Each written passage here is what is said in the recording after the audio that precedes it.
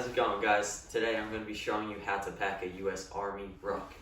So this ruck is used to carry many essential items for troops during deployment or when they go on patrols. It can be very uncomfortable if you don't pack this correctly, so make sure you listen up and I'll show you how to do it. I've been in ROTC for about 2 years and we pack a ruck at least twice a week, so I do have some knowledge on what I'm doing. So let's get started. First, I'm just going to show you all the compartments.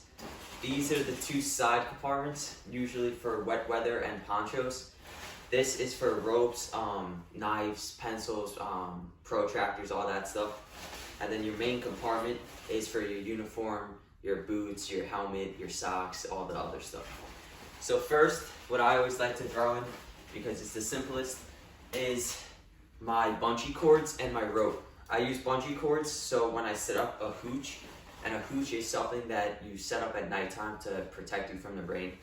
So I use bungee cords instead of 550 cord, which is rope, because I just find it's more simple and easy to take down in the morning. So once you get that in there, you can zip that up. Right. Next, I started with the big compartment. You want to put your Gore-Tex, and your Gore-Tex is different from wet weather.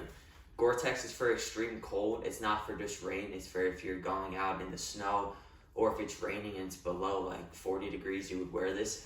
So you throw this in the bottom. And the key with this is you want to get everything as tight and compact as possible because you don't want things moving around. This is my Gore-Tex top. So once you got that in there, you want to throw in your extra dry t-shirts, because there's nothing more of a morale booster than after a long day and you're cold and tired than going inside your little sleeping bag and being warm with a warm t-shirt. It's great. So you throw this. I throw this over the Gore-Tex, like I just said I put down first, because it just, if the bottom does get wet, it protects it that much more.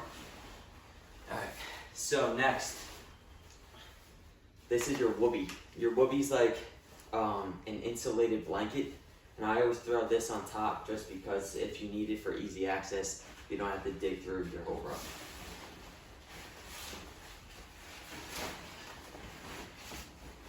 Alright, next. This is your extra uniform. So usually throughout the day your uniform gets very muddy and wet and just dirty overall. So you always just throw this on top of the whoopee, because you're probably going to use this a lot more than your actual whoopee and the other stuff. And as I'm packing this in, I'm squeezing it into every spot possible. Alright. Also, I'm going to get to it later, but you want to put all the heavy stuff on top. If you don't want it on your lower back, because that's going to tear it up. So once you have that in there, you throw in your boots. Now these boots, I don't use, they're old boots. That's why they don't have laces on them. But just for demonstration purposes, you put it on top. Now you have all the weight on your shoulders. And when you go for like 12-mile road marches, you don't have all 50 pounds on your lower back, because you won't last long if you do that. So you do this. You pack that on, like that, like so, and you're set. I forgot these socks, but that's alright. You just throw them on top. Add a little more clipping. So you cinch that up. Boom. Tighten this strap, like that. Now, you may be wondering, I left some stuff out. I didn't though. This, like I said before, are your side compartments. So I put my wet weather and my poncho in here because say we're out patrolling or doing an exercise and it starts raining, instead of unzipping and unclipping all your rucks, you throw it inside. Like that's your wet weather pants. This is your wet weather top. So once it starts raining, instant, you just unclip it, throw it on, now you're dry. Because there's nothing worse than being wet and knowing you have to be outside for the next 4 to 6 hours, just cold and miserable.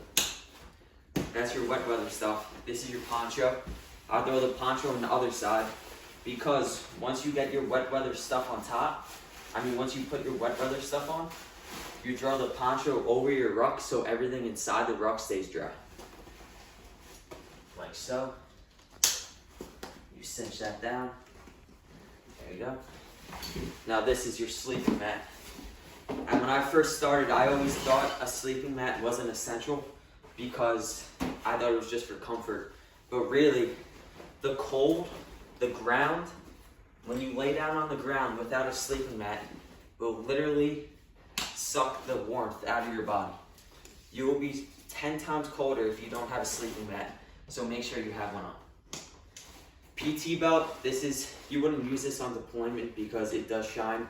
You do this when you're on the road, rucking, marching, so when cars pass you, they have a little better sight of you. Then, this is your ACH, Army Combat Helmet. It protects bullets from hitting your face. So I just clip this on right here, just so if you ever do take fire, instant, just put it on.